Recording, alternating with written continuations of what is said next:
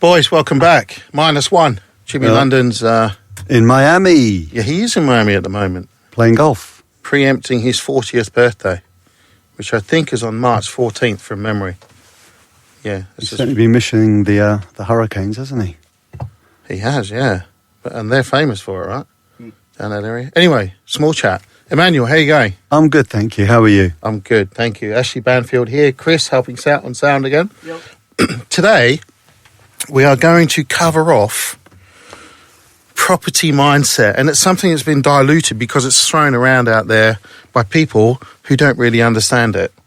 And Emmanuel, you understand a lot about mindset and neuro-linguistic programming, although a lot of NLP out there is used probably in a darker way than what it should be to try and convince people to do things that they don't really want to. So we want to cover off the nice light side of mindset today, if that's okay with you. Sure. Yeah. Good. So let's just give some credentials first. What gives you the right to talk about mindset?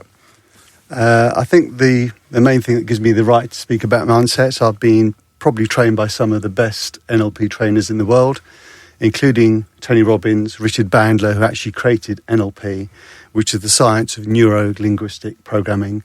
I'm also a master practitioner as an NLP practitioner, so I think I have a few credentials of understanding the science behind it and how the mind works in terms of how we take information on board.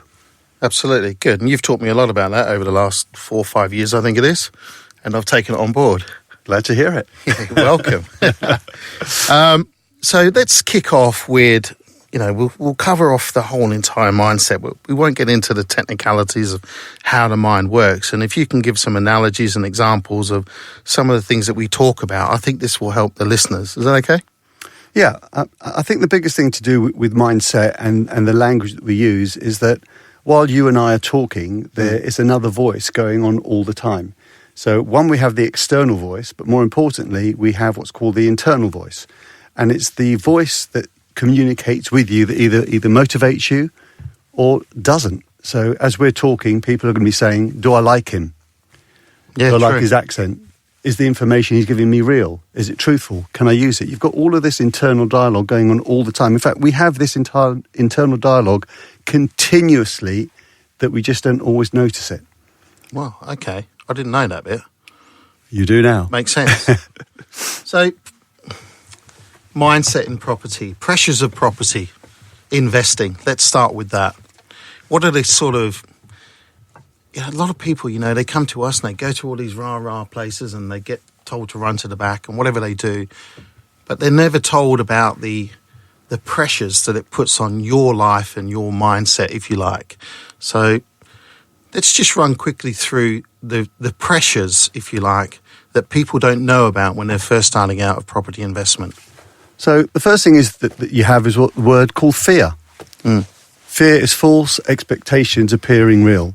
However, when you first start out in anything, because you don't know what you don't know, there's lots of things you don't know, so you're apprehensive. So you're having this internal dialogue.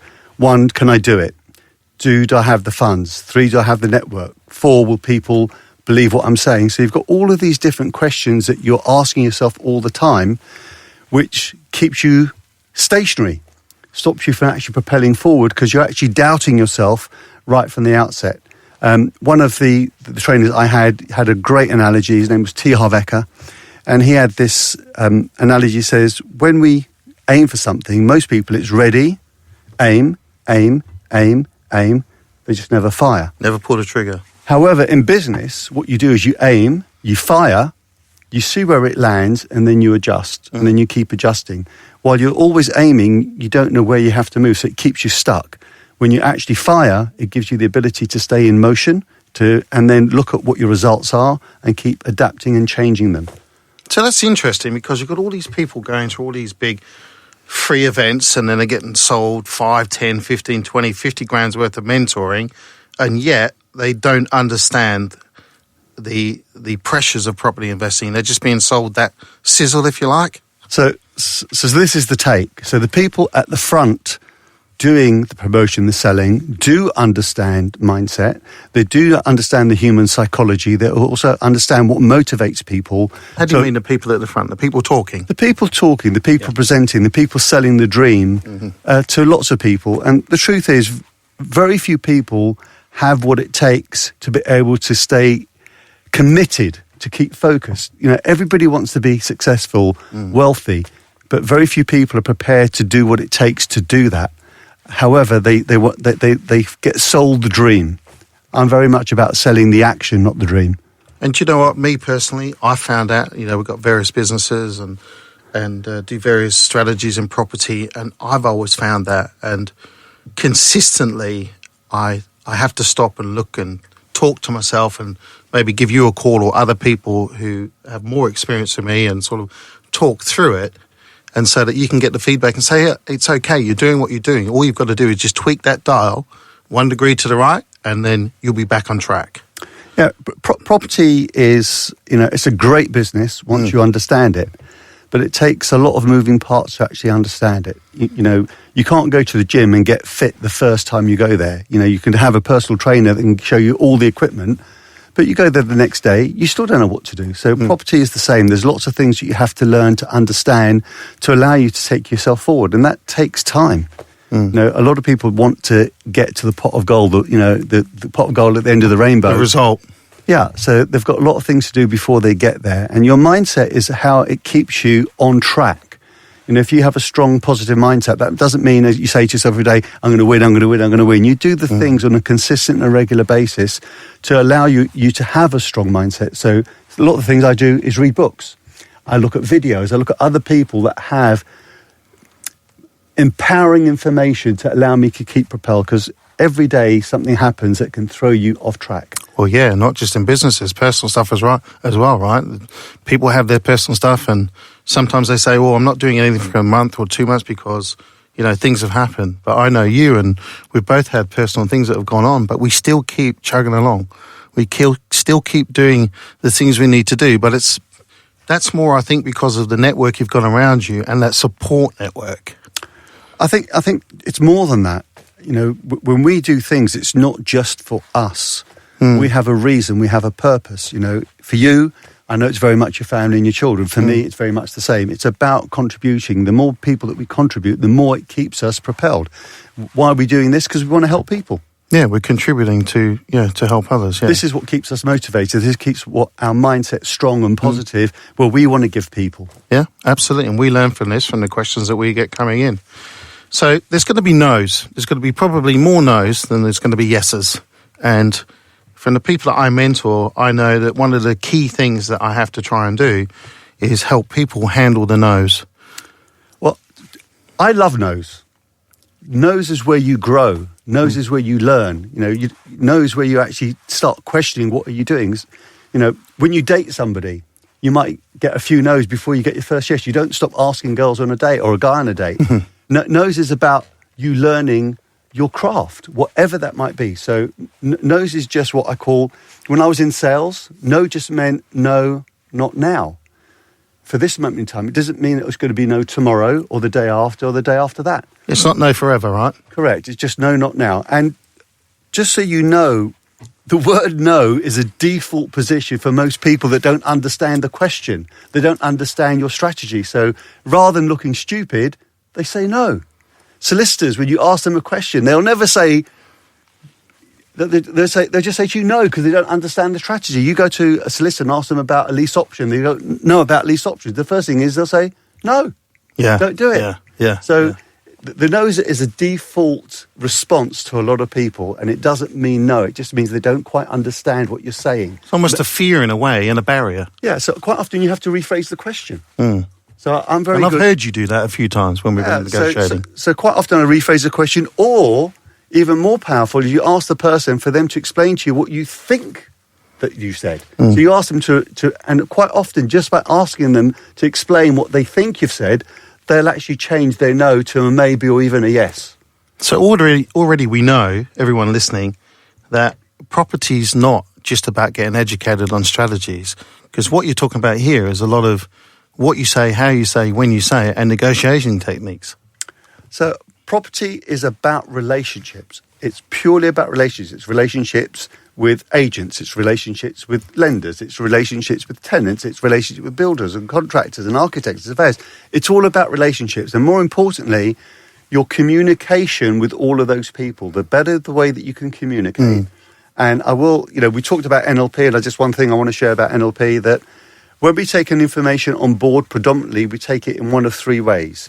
So we either take information auditory, so we have to hear it so we actually get that information, or we need to see it visually for us to download that information, or we take it kinesthetically, where you actually have to feel genuine with that person, that connection with that person. That's how predominantly we take information on board. So if you're speaking to an agent that talks a lot and you say, I'm going to send you my proposal, it's a different dialect. So it's knowing how to present the information in the correct dialect to the person that you're actually speaking to. So it's really important about communication. Communication, I can't stress how important that is in our industry. In fact, in any industry. Yeah, absolutely. Especially in property, where you've got so many people making up the one transaction, if you like. It's also important with your spouse and your children. Yeah. Communication is so key. If you get it right there, you have a much better time. Well, it's easier outside, isn't it? Very much so.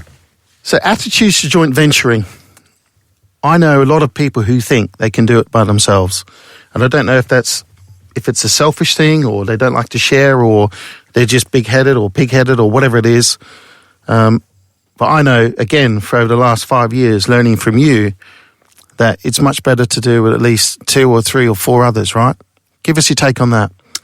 So I have different thought process about joint ventures. I'm really uncomfortable about how the industry's going, and trying to teach somebody a strategy, and they come off a training course and they think they can actually go and get joint venture finance for somebody else when they know bugger all themselves.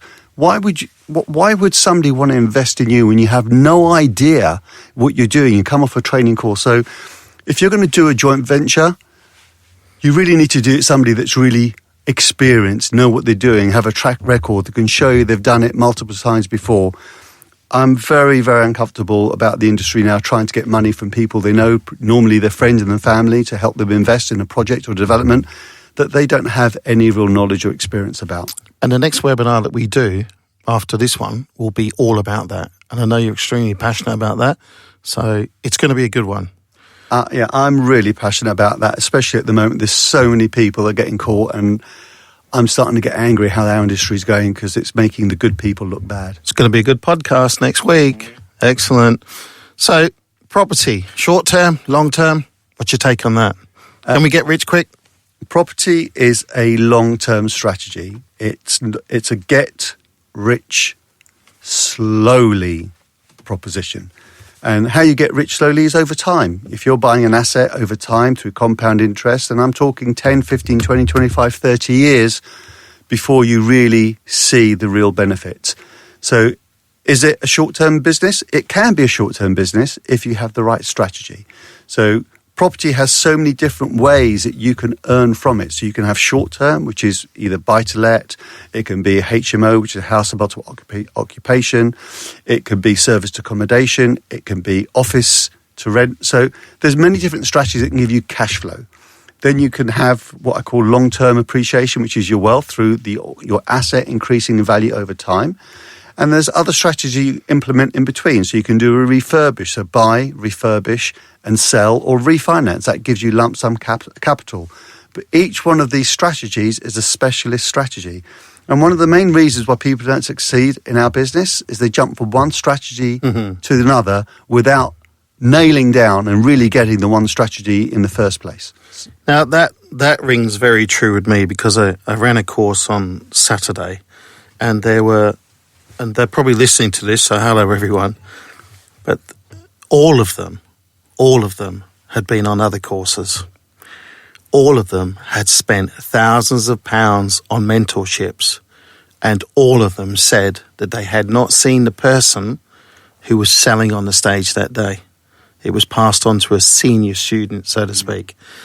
Now, are you paying tens of thousands of pounds to learn from somebody who's supposedly doing it? Or are you paying tens of thousands of pounds to somebody who's been doing it for 6 months And maybe they don't even have any of the properties or have done the strategy themselves. They've just been taught the strategy and how to present it. So, again, I've covered this before, and the truth is, if there's more than 20 to 25 people in the room, you're in the wrong room. Mm. If you've got a room where you've got 50, 60, 70, 100 people at a time, how on earth are you going to get the one-to-one individual coaching, helping hand? It's just not going to happen. No, what you're having is the goat herd mentality. You get the herd, they start running, and everybody starts running at the same time. They've got no idea why they're running, but they're running. Yeah, and the lions at the end pick them off. Yeah, and they're just getting caught. So education is really important, but there's so much education that you need to learn first before you commit. Yeah, you know, yeah. There is... Explain that. You need to... Hang on a minute. So we've got listeners here, and you've just said you need to learn, as in educate, before you get educated. Yeah, so if you want to get into property first, understand all the different strategies first. Understand which strategy might fit with your personality. Understand how difficult that strategy is. Once you understand what that strategy is, then go and find somebody that's already doing it consistently, proven, that will help you. Don't be sold this pot of gold at the end of the rainbow. Go to somebody that's doing it on a regular and consistent basis, doing it themselves, and not just saying, well, I've got this property, I've got that property. Proof. Yeah. Proof in the pudding's in the eating. Yeah. So taking that into account, where the hell do you start? What do you do? I mean, let's imagine I'm a beginner and I'm my head's spinning around. I've been all to these places, and you're saying get educated, and then people are saying take action, do this. Why do they say take an action? Is this because they want them to take action to go and pay for the training, or is this genuinely to get people out? I mean, what do I do? Where do I start? I'm confused now. So I would say start some of the places that some of us started. Yeah. So for me, there's a few books I'd start with straight away so you understand the principles about property and why it can be a great investment. So the first one I'd say, without a shadow of doubt, is Rich Dad, Poor Dad. Richard Kiyosaki? Richard Kiyosaki. It's understanding the 4 different quadrants. I'm not going to explain what the quadrants are because you need to get the book. But I think that book, after the Bible, is the highest grossing selling book in the world. So many people have changed their lives and their mindset just on the back of that. The second one is The Richest Man in Babylon. I cannot express how fantastic that book is to allow you to know about 1, your mindset, 2, education, 3, about compound interest, and treating your money as employees. And every single pound that you have, you send them out to work for you. It's those 2 concepts together will allow your mindset, probably in the shortest period of time, for you to go from 0 to 100 almost in a few weeks.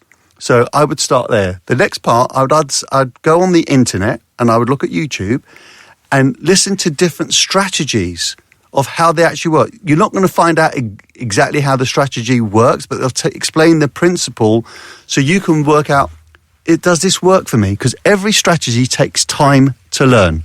Nothing happens overnight. So the same way if you and I go to the gym, you won't see a change after 1 day, 2 days, 3 days, 4 days. You'll start seeing results after 12 weeks, 14 weeks, 16 weeks. The same with investing in property. It takes time to start seeing the results happen. But then again, you have to do something different to get to the next level, and then the next level, the next level. Yeah, so, I like to relate a lot of the stuff I do to sport. I play football, I do Muay Thai and all the various bits. So if I want to get better than what I am, I have to go to somebody that's better than me, somebody that's already producing results that I don't have for them to teach me. And that's why I go to places like Thailand for 4, 5, 6 weeks at a time and immerse myself every single day, because I'm going to get to a standard much faster by being trained by an expert. Good, thank you.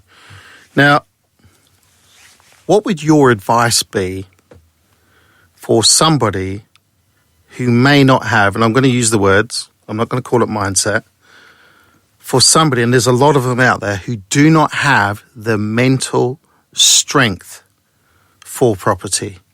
Is there a way that they can become mentally stronger if they are not now? So there's 2 answers to that question. So the first one, if they're not mentally strong right now, no question they shouldn't be in it. They're not ready. However, like any muscle, it takes time to develop your mindset. So same as you go to the gym, you won't get strong the first time. You won't develop the muscle. It's consistently building blocks day by day. So with your mindset, of course you can train your mindset. Your mind is a muscle like any other muscle in your body. And if you do something on a regular and a consistent basis, you will allow that to actually develop. So yes, you can train your mindset and you are able to actually move yourself to a different level if you spend the time on it. Anything that's important, you'll find time to do. Good. Okay, Q&A. We've got some questions that have come in from the... it's askus@straighttalkingproperty.com. If you'd like to ask any questions, send those through and we'll answer those each week. We'll start with Emmanuel. Again? While you're in the talking mode. Hi, Emmanuel. Loved last week's episode where you touched on microflats. This is the cash flow episode 2, I think it was. My question is, where is the best place to look for commercial for a rent-to-rent microflat option, if there is one? Well, if you look long enough and hard enough, there's something. You always find something that you actually need. So in terms of whether it be commercial or residential, so in terms of commercial, I would look at lawyers' offices, accountants' offices above shops. That's what I've done. Mm-hmm. The rooms are much bigger and they're easier to actually split into two. And it's not that difficult to turn them into micro studios. The other place I'd look at is Victorian or Georgian houses that normally have a central entrance, very big rooms. Double frontage ones. Rooms, and they are also easy to split into micro studios. And what I would say, to give yourself a really good idea of how these work, register yourself with a number of different auction houses. Nearly every single month there's 2 or 3 of them in there so you can understand the template. You know, on a small podcast, it's going to be very difficult to show somebody what they need to look for. However, there's a saying that says success leaves clues. Yeah. And if you have stuff going on the auctions on a regular basis, these people are selling these completed projects because now they're an income-producing asset. They've already done all the donkey work for you. Just see what they've done and copy the template. So there's more tones of consistency again there, seeing everything that comes through with property. All right, here's one for me. Hey, Ashley, where are the best places to look for evidence that service accommodation will work within a certain area?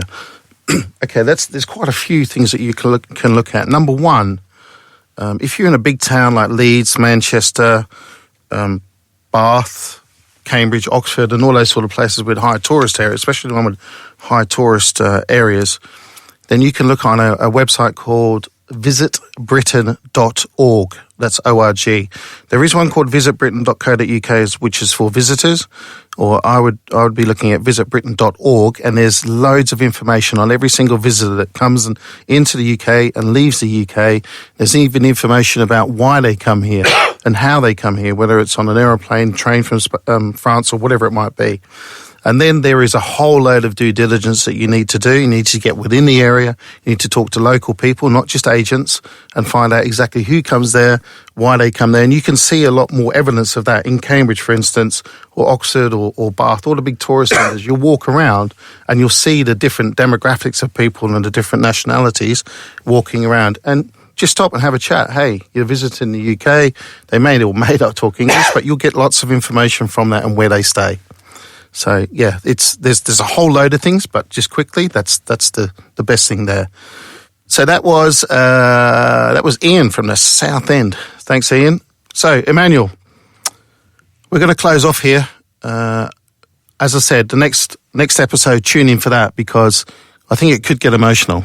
We could get angry, but we're gonna. That's what we do here at Straight Talking Property Podcast, right? We do it straight talking, raw information. So if you want to get in contact, ask us at straighttalkingpropertypodcast.com or search all of the social media sites, YouTube and that. Just put in Wealth and Success Academy and just Google us and you'll find myself, Ashley Banfield, Emmanuel Ezekiel and Jimmy London and Chris our Sandman. I know that some of you have asked if we're speaking anywhere, and I know that Emmanuel will be speaking for Michael Primrose coming up I think that's in March. Do you know the date? March 3rd at Monument. Get in touch with Michael Primrose. Just look for Michael Primrose, or again, message us, and you can see myself, Chris, Emmanuel, and Jimmy, amongst other business partners, and they'll be talking. The main speaker, I think you are, aren't you? I am the main speaker, yeah. Excellent. Come and get an autograph. Thanks, guys. See you again next week. See ya.